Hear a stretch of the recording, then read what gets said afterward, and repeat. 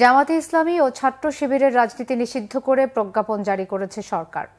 বিকেলে এই সংক্রান্ত প্রজ্ঞাপন জারি করে স্বরাষ্ট্র মন্ত্রণালয়। এর ফলে প্রকাশ্যে রাজনীতি করার সুযোগ থাকবে না দলটির। প্রজ্ঞাপন জারির পর স্বরাষ্ট্রমন্ত্রী আসাদুজ্জামান খান বলেছেন, নিষিদ্ধের পরও রাজনীতি করলে জামাতকে মোকাবেলা করা হবে।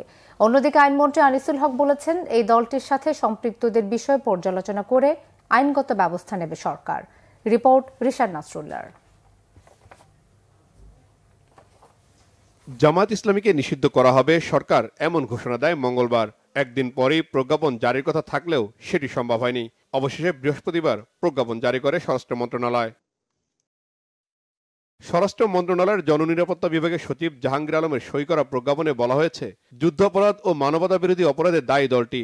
এছাড়া নির্বাচন কমিশনও দলটির নিবন্ধন বাতিল করেছে, যা আদালতেও বহাল রয়েছে। পাশাপাশি সাম্প্রতিক সময়ে ধ্বংসাত্মক ও সন্ত্রাসী কর্মকাণ্ডে দলটির জড়িত থাকার প্রমাণ পেয়েছে সরকার। এসব বিষয় বিবেচনায় নিয়ে সন্ত্রাসবিরোধী আইন অনুযায়ী বাংলাদেশ জামায়াত ইসলামী ও বাংলাদেশ ইসলামী ছাত্র শিবির সহ সকল অঙ্গ সংগঠন নিষিদ্ধ হিসেবে তালিকাভুক্ত করা হলো।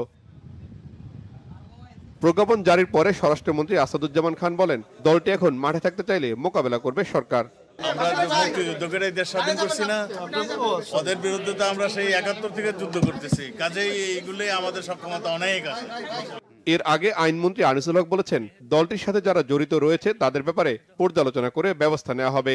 ব্যান করার পরেও তাকে আপনার সাজা দেওয়া যাবে না এমনটি নয়, কিন্তু কথা হচ্ছে ব্যান যেহেতু হয়ে গেছে, হয়তো ব্যান করার ব্যাপারটা সাজার মধ্যে আর আসবে না। এই দলের আন্ডারে তারা রাজনীতি করতে পারবে না।